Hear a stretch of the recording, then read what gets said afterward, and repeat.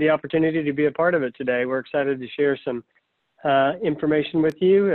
Some of it will be a little bit scary, but we know that that's kind of the point as well. So again, feel free to jump in and ask questions as we go along. My name is Tom Douglas. I'm the president and CEO of JMARK and have had the pleasure of doing that for over 20 years now. On the call, we've got Rob Walters and a few of our team as well that I think are blanked out. But our job as a managed service provider is to help organizations take a strategic and tactical approach to how they run IT. So we develop a long-term strategy, and then we help to implement that on a day-to-day basis to make sure that we're successful in achieving those objectives. So as a part of that, we manage over 25,000 devices around the country that is literally in states, 43 states. We have a team that operates out of 9 states, and so it's important for us to use all of that data to form a view of the landscape as it relates to security, and then what the best practices and protocols are in order to mitigate that. We specifically put this presentation together today around IT security and can you handle the truth, because there's a false sense of security associated with security. Because in the real world today, people think that if they have antivirus in place, that if they have a firewall in place, and they do a little bit of other work, that they're in fine shape. The reality of that is that about every breach that has occurred over the last year, if you went to the people involved in those situations and said, did you think you were safe? Most people would say, yeah, we had antivirus, we had a firewall, we had some geeks in the back room and they were drinking Mountain Dew, and so I thought that they were protecting us. And so as a part of what it means to run a strategy, it's obviously much more comprehensive, and so we've put together some information to share about what that is. Because of COVID, there have been a huge spike in terms of what's going on in the world, and so with people working from their homes and having access to networks that may not be as secure, more prey to easily get distracted, maybe kids even working on a business computer, there's certainly a lot of threats that occur. So you can see as of March 28th, the number of cyber attacks related to the coronavirus grew from a few hundred to over 5,000 in one day. The FBI reported a 300% increase, 71% of security professionals reported an increase. We're seeing it on our side as well. It is just nonstop. And the phishing attacks, both via email and via social media, are just nonstop. And so of all of the times for people to be vigilant, this is certainly at the top of the list. Only 41% of cybersecurity professionals said that their companies are utilizing best practices. And those oftentimes are cybersecurity experts or professionals who are working within a business, and they still can't get their company to adhere to those best practices or utilize all the things necessary, which obviously leaves great big gaps. So the hard truth that we know is that without change, if we do the status quo, that there will be a cybersecurity incident, and it will be very, very expensive. Most people don't realize how expensive that is, and so we pulled some data to share with you what it actually looks like. This was the latest study that IBM released, that the average cost of a breach is $3.9 million. The business loss is 4.2, and just the notification services around that is $740,000. Now, to be fair, this includes the great big companies all the way down to the small businesses. But I don't know about you, but if you take 3.9 million, call it 4 million, and you cut it in half to 2 million, and you cut it in half, and again down to 1 million, $1 million is still $1 million. And even if you're a small business, at 25% of the cost, it can be catastrophic to a business.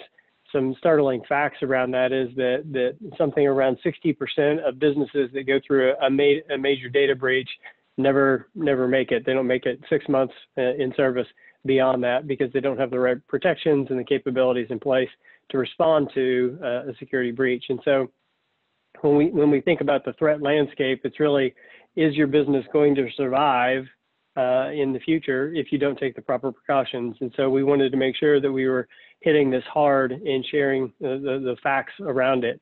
You can see that 90% or 92% of our clients give us a score of 7 out of 10, at 97%, which is a 97% satisfaction score. In our environments, we're focusing on all the verticals that you see listed on the screen, which gives us insight to know what it's like to manage the security and the impact that can have. If you take a step back for a moment and you consider that we have 25,000 devices that are communicating all to our network operations center every couple of seconds, it gives us real insight as to what's going on. And so because of these things, we really know the truth about what's going on. And so we wanted to make sure and share that with you all. Okay, so there is a whole business that exists around the underground economy, if you will, or the cybersecurity landscape. What people don't know oftentimes is that the businesses that create the ransomware, that create the viruses that do all of these things, they're not just a bunch of geeks that sit in the basement and drink Mountain Dew or whatever. They are actually organized businesses that operate in countries where we can't send the FBI and can't go in and shut them down. It's a multi-billion-dollar industry. These organizations have HR departments. They provide health insurance. They come into the office Monday through Friday, 8 to 5. And because they make lots of money, they hire the smartest people to take advantage of the people that they're attacking. It starts with simple things like a Social Security number at $1 that you can see on the screen, and that extends all the way up to thousands of dollars for medical records. And there's an entire underground economy that steals this information and then tries to attack and uses the information that they steal to share it on what is described as the dark web that you've probably heard of, or the black market for information. And it drives this economy. The bad guys who oftentimes write the code are not the same ones who deliver the code or the bad code out to the computers. There's bad guys that write it, and then they literally sell or rent the code out to other people who use it to seek or steal specific information. The most current and relevant threat that exists today is ransomware. For those of you that aren't really familiar with ransomware, that's when the bad guys get into your system and oftentimes will be there for weeks on end, learning the ins and outs of how your network is set up, how your backups work, how the configuration of the network is set up, and they'll learn about the environment. And from that point, they sit and wait, and at what they feel like is an opportune moment, they launch ransomware. And effectively what that does is it encrypts all of the data on an entire network.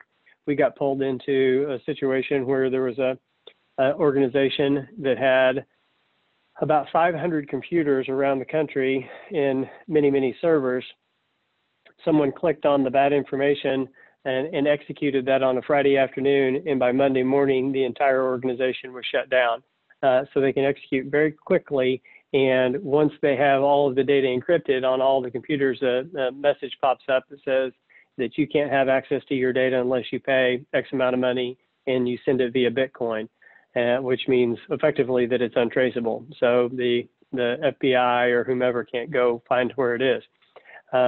Those range, as we say here on the screen, from $5,000 all the way up to $600,000 and beyond. In the SMB space, the worst that we've seen is in the 250 range, but it goes on and on.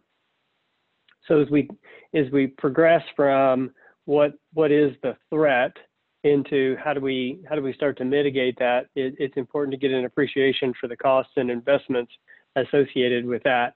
And most people, if you look at their total IT spend and you ask them how much they're actually spending on security, it's far less than 10%. So we wanted to make sure and pull some data to share with you that shows that the economies of scale is real. The bigger you are, the less per user that you have to spend. But in a 75 user organization, you would spend somewhere in the neighborhood of $130,000 a year just for security and to truly deploy best practices. So this is something that you can work into your organization. Obviously, you want to go as fast as you can, but it has to be planned because it's no small investment to facilitate for any SMB in today's world. So if we can, oh, we got ahead of ourselves. We spoiled it. Maybe you didn't see that. We'll just jump ahead. When we talk about the number one most sensitive piece of information in the business community around protecting your data, the single most critical piece of information is your email password. And we can bring it back up. And the reason for that is because your email password is oftentimes associated with not only your to be able to access your information online, whether it's Office 365 or the Google Suite or whatever it may be, but oftentimes that same password is now synchronized back to your network. And so if they can get you to click on a phishing email that says, hey, come check this out, and you click on it, it says, hey, I need to log in and get your username and password to access the email, and they steal that password, then they have access to the network, they have access to reset your accounts, and they'll literally log into an Office 365 environment and start to reset information all the way around your personal ecosystem and professional ecosystem.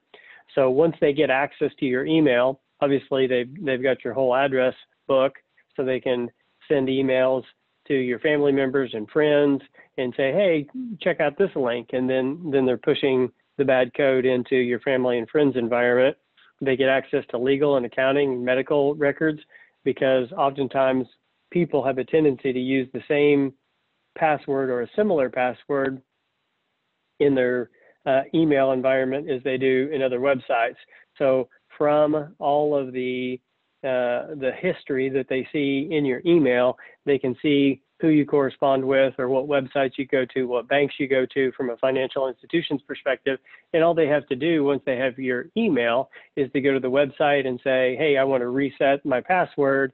The email comes in, they click on it to verify it, and then they're in. And now they're transferring funds, or they're issuing checks, or whatever may occur in that environment. And the same can occur in a business world if it's a business bank account.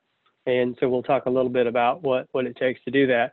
And we put up there merchants and vendors, because one of the things that they'll often do is they'll compromise things and even sell your Netflix account. They'll access Amazon and ship themselves merchandise, or Target, or wherever you shop online, and they'll distribute all of that the merchandise and take advantage of the accounts that you have set up. So once they get access to your email account, it can be devastating, quick, fast, and in a hurry.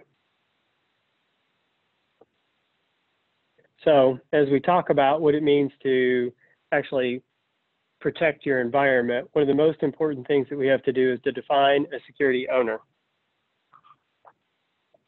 A lot of times in businesses, what we find is we have general IT practices, and we have somebody who's responsible for IT, but there's not a single person that is designated to be responsible for security and compliance. And therefore, if everyone is responsible, no one is responsible. So, and the reason that we say not a compliance officer, because compliance is not enough, it actually gets into the systems that live in your environment, whether that's a ERP or a CRM or a billing system. Each one of those systems has a set of security protocols that need to be implemented in the environment. And so you're working with a system owner, somebody who's responsible to ensure that the best practices are being followed. And when possible, we want to take that individual and we want to send them to training, and we want to help them to develop a plan to ensure that the whole organization is secure, and that they have a good perspective of what it means to implement best practices around each one of the applications that exist in your environment. So their job, if you will, is to own all the way through the organization all of the protocols, procedures, best practices that need to be implemented so that we are mitigating those risks as much as possible. And so it's a tough job, and they need to have a rapport with the entire organization, so that if somebody clicks on an email that we're not punishing or scrutinizing that person, that they feel free to pick up the phone, even if it's 10 o'clock at night, and say, hey, I just got this email, I made a mistake, I clicked on something, I've got to call the security point of contact and make sure that we're taking all the proper procedures. I need to reset my password. I need to, I had access to these systems. We need to reset the passwords for those systems, whatever the case may be. There needs to be a plan and a primary point of contact with a backup procedure in place in the event that that person is on leave. So it's an important role within an organization that most companies fail to fulfill. One of the most important things that any organization can implement is two-factor authentication. So to make sure that everybody understands what that is, I'm sure in some point or another you've had to set up a text message that you would receive a code in order to complete logging into a website. So you put your username in, you put your password in, you hit submit, and then it automatically sends a code to your cell phone or to an app on your phone where you take that number and you type it in to complete the login procedure. We would highly encourage that every organization implement two-factor authentication for email, for any critical system that exists. And on a personal level, you definitely want to do it for all bank accounts, PayPal, any financial transaction, your credit card accounts, all of those things need to have two-factor authentication implemented with them. Microsoft did a study, as we share there, and it stops about 99% of phishing attacks, because when people click on that and try to log in, and if they even give up their password, the bad guys don't have access to that two-factor authentication. In our particular environment, before we had two-factor authenticated across the board, when we implemented it across the board for our clientele, we saw about a 30 to 40% drop in just random tickets that were coming in because people were afraid of what they had done or what they could have compromised in the environment. So a huge impact on the security of an environment. It isn't the most fun thing in the world for sure, but security needs to be something that's rolled out and understood at a global level in an organization, that it's a balance of that convenience and safety. And so it definitely needs to be implemented. Okay, so a while back, the Department of Homeland Security came out with a recommendation for air gap, and it looks like we got a typo on there with air PAP. But air gap is a style of backup. So earlier we talked about the bad guys and how they get into a network and how oftentimes they'll stay there for days, weeks, and even months as they learn about an environment. So what they do when they're learning about the environment is they want to see where your data lives, where's the most important information. So they try to learn about the applications, the financial wherewithal of the organization, so that they know how high to set the ransom. And what they'll facilitate in that environment is they look at the primary organization, where the data is, and how it's being backed up in the environment. And as before, they oftentimes will execute the ransomware, they'll log into the console where the backup is occurring, and they'll literally delete all of the backups. And if you replicate that data from your primary backup system into an offline or to a cloud backup system, they'll try to log in and they'll try to delete the cloud backup environments as well. So an air gap is the separation or segmentation of a copy of all of your data, and that should be done every single day, where we're taking a copy of our backup and we're taking it so that the primary network can no longer talk to it, so that it's separated. So if the bad guys get in and they compromise the network and they lock it up and they delete all the backups and they delete the cloud backups, we still have a repository of information stored for the information where we can put it all back together again. And so the Department of Homeland Security saw that so many organizations fell prey to the situation where they thought they were doing a good job. They had redundancy in their environment. They made good backups. They took a backup offline, or into the cloud environment, but still yet they were falling prey to these ransomware attacks because they didn't have this air gap or the separation of data from the primary network. And so the best practice has become that every day there is an offline copy of your backups in the event that everything else is compromised. So, excuse me, developing a culture of security first. There are several different training applications available in the world today. One of our favorites is a product that we can help you with. It's called Know Before. It's a user training environment, and essentially what it does is it enrolls your organization into the training protocols and practices that teach about phishing, that teach about USB drives, that teach about best practices overall. And once people go through the classes, then they actually go through a quiz. And in the event that they don't pass the quiz, then they have to go back and retake the classes. And then on a random basis, excuse me, on a random basis, they'll receive test messages from the system and see if they can be tricked into clicking on or opening or putting their password into an environment. And if they are, then if they are tricked and the test was successful, then they're re-enrolled in the training to make sure that they knew how to deal with it. Some of the other best practices that we like to implement is that there needs to be something shared every week around security so that it's always top of mind, whether it's a phishing email that went out, or it's oftentimes that the CFO or an accounting contact will receive an email that's purportedly from the CEO of an organization that says, hey, I need you to make a wire transfer of $40,000 to this account. Please hurry and don't call me because I'm in a meeting. It's a really common attack that occurs. And if we're not talking about those and bringing those up inside of company meetings or team meetings on a weekly basis, then it can easily be forgotten.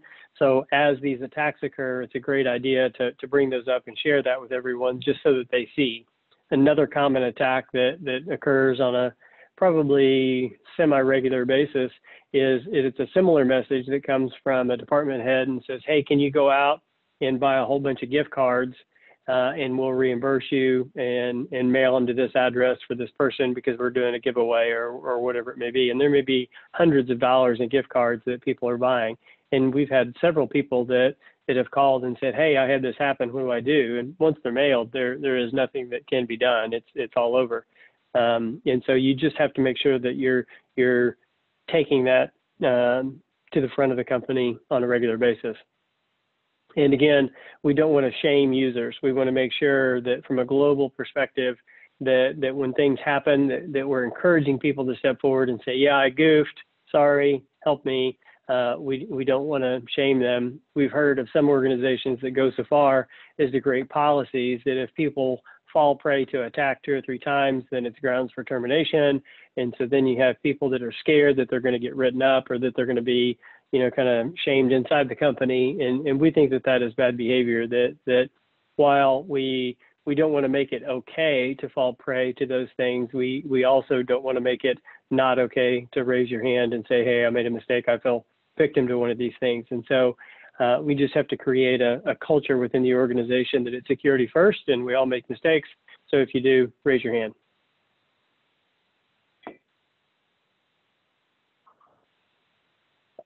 Okay. Policy management, we think, is a big part of how an organization gains clarity around security.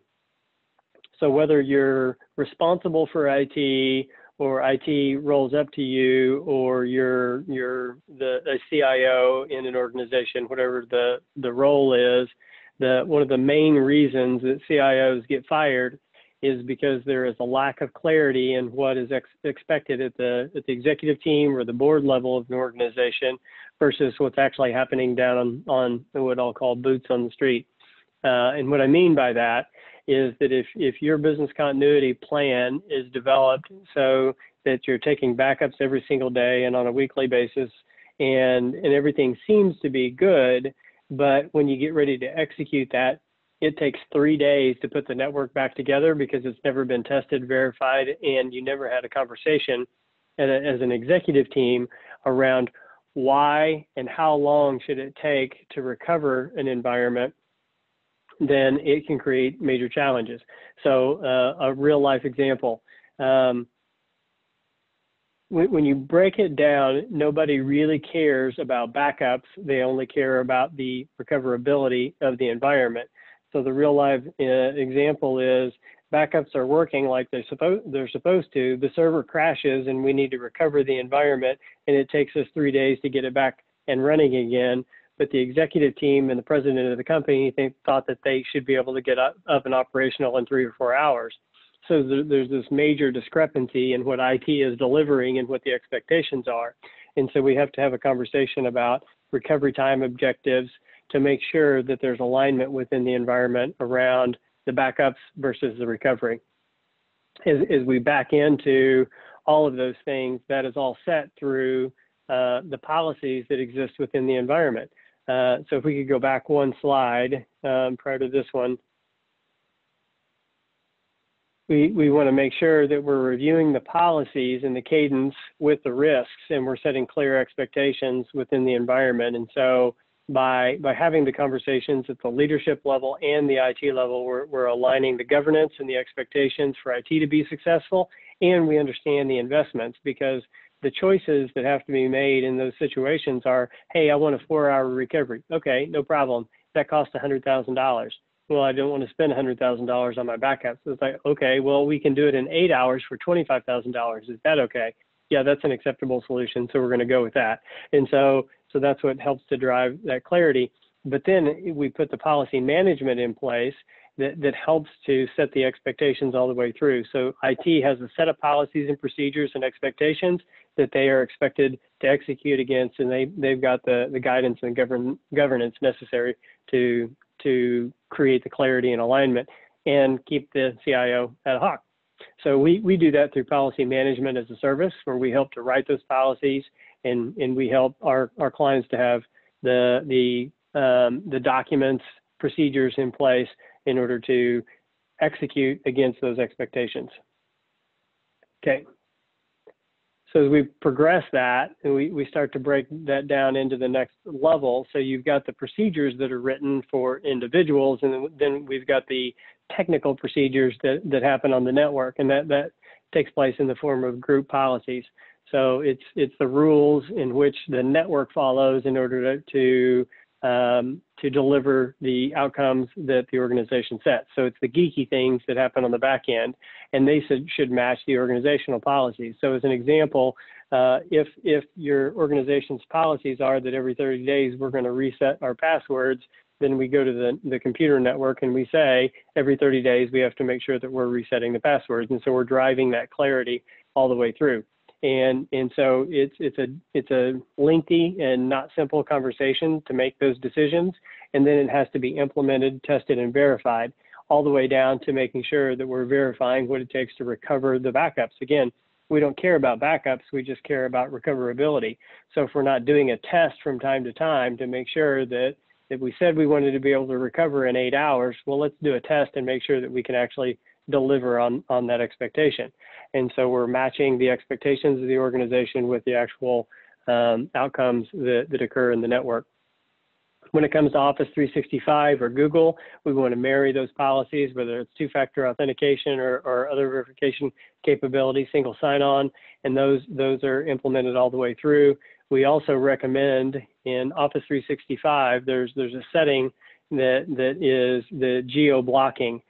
Implement geo-blocking, which means that if an email comes in from the Middle East, and we never do business with people in the Middle East, then those emails are blocked. And so there's the capability to go country code by country code to make sure that emails aren't sent in, because many of the emails, the phishing emails, are done from countries outside the U.S. And then as it relates to Office 365, we like to point out that a lot of people assume, whether it's Google or it's Office 365, a lot of people assume that because it's in the cloud and Microsoft's managing it, that I have good backups. And the reality of it is that the default backups that are configured in both the Google and the Office 365 environment are very insufficient.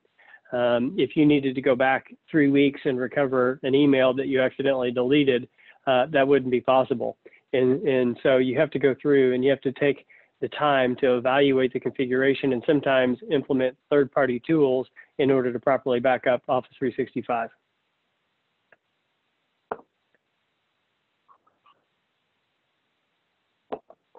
Now, when it comes to the way that we implement that and the way that we recommend it, this is a best practice that helps an organization to assess their IT maturity. There's 7 areas of focus, and there's some detail associated with each one, but we start with system design, we go into standardization and governance, structure, scalability, documentation, and strategic alignment. And there's a series of questions and analysis that is performed in each one of these areas to try to drive the organization's IT maturity to the highest effective point for the organization. And so there's a balance against budget, there's a balance against time, energy, capacity, but ultimately one of the things that's really important is that we're constantly working our way to become a more successful IT organization. In the real world today, every organization is an IT organization, and just like every organization is an HR organization, or every organization has legal issues and insurance challenges, every organization has got to focus on the maturity of IT. So we have a best practice and a process that we walk our clients through to help climb the ladder of maturity to ensure that we're getting better and better and better in improving not only security, but the effectiveness and the outcomes associated with the networks. One of the things that I'll point out as it relates to security that's one of the kind of triggers, if you will, or the key points is standardization. It's really challenging for an IT professional to, if we're buying computers ad hoc at Best Buy and ordering whatever is on sale online, and we've got a little bit of Dell and we've got a little HP and we've got a little Lenovo out there, it becomes really challenging to create a consistent experience and to secure that network, because there are firmware updates that have to be performed, and there are other things that need to occur in a network. And so the more disparate the topology is, the more challenging it is to manage it and keep it secure. So I would encourage everyone to ensure that we're focusing on consistency in servers, consistency in backups, consistency in the workstations, the firewalls. The more standardized that we can get in an environment, the better chance the IT team has in keeping it secure and operating at a high level. I could talk for 30 minutes about any one of those. Happy to take any questions. Vendor threats. And so this particular area is making sure that who you allow to access your network, you've done some homework on. So if you think all the way back to Home Depot and Target and some of those big breaches that occurred years ago, oftentimes they were facilitated through a third party, not from the core network. I think it was the Target breach that was actually facilitated because they let the HVAC vendor on the same network that everything else operated. The bad guys got into the HVAC system, and from there they were able to attack the point of sales in the Target environment. That's how they got all the credit cards. So when you're inviting or allowing someone to communicate with your network, you need to make sure that you're doing the due diligence around their security protocols, to include making sure that they have had a third party come in and assess their security capabilities. We do that in the form of a SOC 2 accreditation, where we have a third party auditor who comes in and they look at our policies and the procedures, and they test our network, and they look at the other tests that we perform and that we have other organizations perform, and they give us a stamp of approval and say, yes, these guys know what they're doing. I've examined their network, and if there's anything that they're concerned about or think that we can improve, they're bringing that to the table, and then there's a remediation plan associated with it. So if you're letting someone in your network and they don't have this third-party accreditation or validation process that occurs, I would definitely ask them to facilitate that, or to make sure that you're working with them to get some verification that they have best practices implemented, because it is a huge area of entrance into a network. And then on that note, segment the network. So back to the HVAC, We think about the bring your own device into the network situations. You've got cell phones, iPads, other devices that people are connecting to business networks. The best practice for that is to separate it. So create a guest network that has no access to your core. Let your employees attach to the Wi-Fi on the guest side, but not on the core side. If you do have guests coming into your organization or HVAC, or you want to even a security system, a building access control system, you don't want that system connected to your core network where your data lives. 10 years ago, 20 years ago, the most important asset of any organization was the physical assets. It was the building, it was the inventory, it was all of those things. In today's world, especially in the area of the world that you guys operate, it's intellectual property. It's the data that exists. And so you don't want to take your most important asset and put it on the same network as Billy Bob's iPhone. It's a really bad idea. Cyber liability insurance. So there's a lot of organizations that think falsely that they have a sufficient amount of coverage in the cyber liability area. And I would encourage everyone to have an attorney review that and to make sure that you understand and that they understand exactly what is at risk, i.e. how much coverage do you have? Do you have a large amount of records that could be compromised? And if so, what would it cost to facilitate notification, credit protection services for that large list of individuals, whether they're employees or whether they're clients or prospects? If that list is compromised, you have to be prepared to add the credit protection monitoring services to that. And so if your policy, as an example, only has $25,000 worth of coverage, that doesn't even scratch the surface. Most of the situations that require those kind of coverages start at $250,000.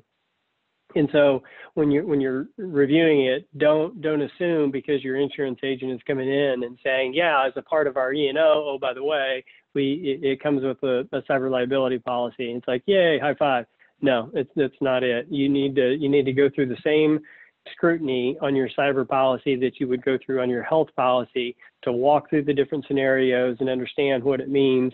If you have an issue, what is the coverage? And the challenge is that this is evolving year over year. And so you can't assume that because you reviewed your policy last year and you're renewing that it's the same.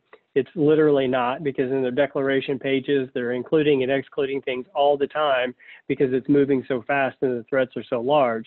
So make sure that you take the time to get the details of your coverage and that you have clarity into your organization around that. And make sure that the IT team understands the specific requirements as it relates to that policy. So in order for the policy to step in or have a trigger, there may be minimum requirements that IT has to fulfill. And if they fail to, it could negate the policy. So you want to make sure that there's alignment around all of those things so that you're in compliance.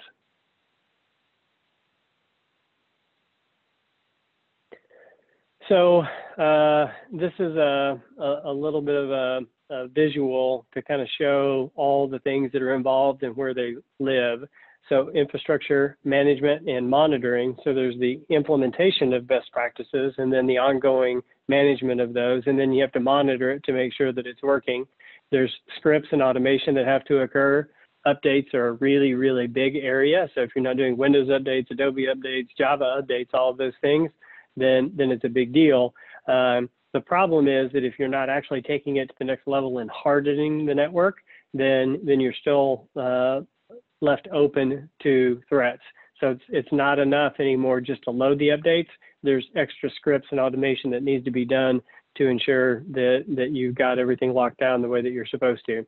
And then you need to test it and make sure that everything is doing what it's supposed to. Constant patch management, regular communication with your team around security first, that we've implemented the policies and that we're driving that alignment, we're managing the vendors, we're reviewing and we're taking the time at a board or executive team level to look at our threat report, look at our IT effectiveness reports, and that we understand and own that. It is a board level decision to say yes or no to cyber liability. It's a board level decision to say yes or no to investing in the latest firewalls or the policy management or the monitoring tools necessary. Those need to be made at an executive level or a board level, because that's where the liability ultimately lands in the event of a breach. It's coming out of somebody's pockets, so they need to be the ones that are saying yes and no. And then obviously, last and certainly not least, is that we've got the insurance policy that will step in the event that there is a problem.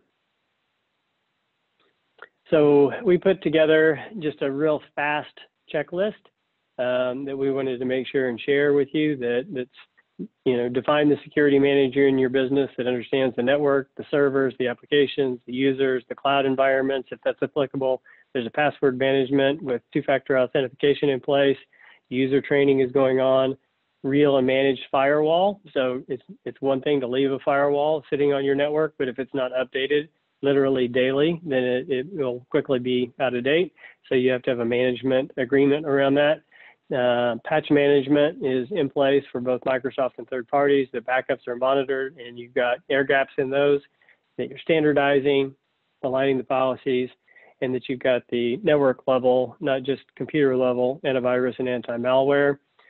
We also recommend a SIM tool. I won't take the time to geek out on that, but if you Google it, you can find a little bit of information, but it's an extra monitoring and management tool to recognize behaviors on the network that are nefarious. And last, again, the insurance policy associated with that.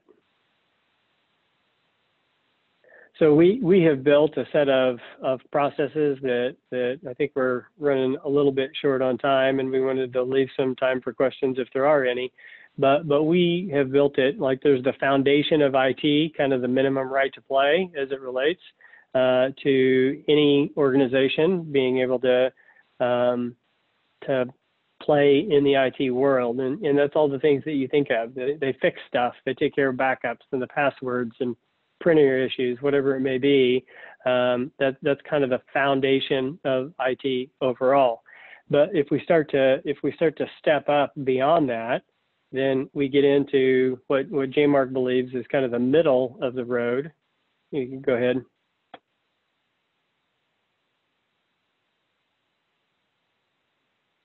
And that is the formula, which starts to build IT to the next level of maturity. So before we talked about IT maturity and constantly rising. So the foundation is the minimum right to play. The formula is starting to get more strategic. So IT should always be focused around P1, T2, which in our world means people first and technology second. So technology's purpose is to serve people. And so we have to recognize what are the outcomes that we want from people, and then how can technology deliver that. And so it's one thing to build the network, but if it's not built intentionally to drive positive outcomes for people, what's the point? Where security is non-negotiable, in that you work with people that aren't Googling every answer. We say you can't Google wisdom, experience matters. In our organization, we've got multiple areas of redundancy, so we have no single points of failure, and we believe that that's absolutely critical. But we also want to make sure that we're bringing people to the table that have years worth of experience in implementing best practices and making sure that they know how to properly lock down a network. That the basic IT is the beginning of the end. Strategy for success requires that you know where you want to go. So how is it going to scale? And then growth matters. So if the plans of the organization are to double in 24 months, that needs to be aligned with IT. So we're starting to get into business strategy and tying that to the technology strategy. Success isn't an accident. We know that in order to be successful, we have to be very intentional about those outcomes and set clearly all the way through the organization, all the way down to people-focused and empowering, next-generation automation. And then you get into one of the things that I believe is critical for IT to be successful, and that is industry expertise. And every organization, every vertical, I should say, has its own set of nuances, whether it's applications or vendors or security requirements, best practices. And if you're blind to those best practices, then you can run into some really big trouble. I always like to point out, too, that finger pointing is not allowed. As it relates to IT, it's a we thing. It's never a you or a me. It's a we thing as it relates to success. And so we went from the foundation to the formula and then the focus. And so we go into that next level in empowering people, that change is a part of evolution. That IT really is the tip of the spear. People are proud of it. It's like, my IT team is awesome. I love working with them. They help me be successful. And what we know about the culture of people in today's world is that if you have really sharp people who want to do good work, which is the case most of the time, and their IT holds them back, then you're going to lose those good people. If you're not empowering people and setting them up for success, then those good people are going to go to your competitors, and that's the last thing any of us want. So it's important for IT to be that tip of the spear, that point of pride inside the organization where we're really driving positive outcomes. There's benchmarking that's possible in terms of how much of an operating budget should we spend on IT, and what's appropriate, what's overspending, and what's underspending. What a lot of organizations don't know is that overspending is a bad thing, but what a lot of people don't know is that if you underspend in IT, chances are you're introducing risk into the environment, which means you're likely to fall prey to a compromise, or you're going to be out innovated as an organization because your competitors are going to spend more, they're going to automate, they're going to figure out how to solve problems that your organization doesn't know how to solve. And so the appropriate amount, it goes by vertical, and there's best practices around that should be utilized and known at the executive team level. IT should be a productivity multiplier, and as an example, 75 users, 5% degradation at $45,000 per year starts to cost $168,000 in lost productivity. And if IT is oblivious or unaware of that, then we're not focused right. Their job is to keep people working and productive, and so they need to have an appreciation for every minute of downtime, every hour of downtime, every day of downtime, what that actually costs the business in both hard costs and in soft costs. So they know how to prioritize IT outcomes, which folds into project management, leadership, all those kind of things. And on there, I'll just point out change management. That's a big area that security gets forgotten. So we're implementing a new piece of software. We're upgrading an existing piece of software. We don't upgrade or correlate or have a conversation around our backup strategies. We're not making sure that the best practices are re-implemented as a part of that change. So if we don't have good change management in place, it obviously introduces lots of problems to an environment that can just creep in. And it's kind of that 1 degree of separation that it starts off just a little bit, and then over time it gets more and more and more until you end up with a big problem.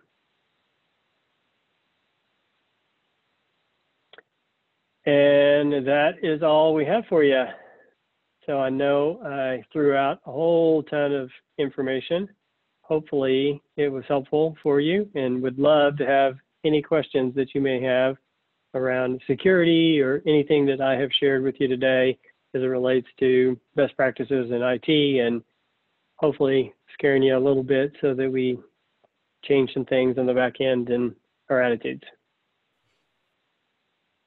I'm going to go ahead and unmute all real quick. I'm going to ask all to unmute. There we go. Yes. Does anyone have any questions for JMARK? Yes.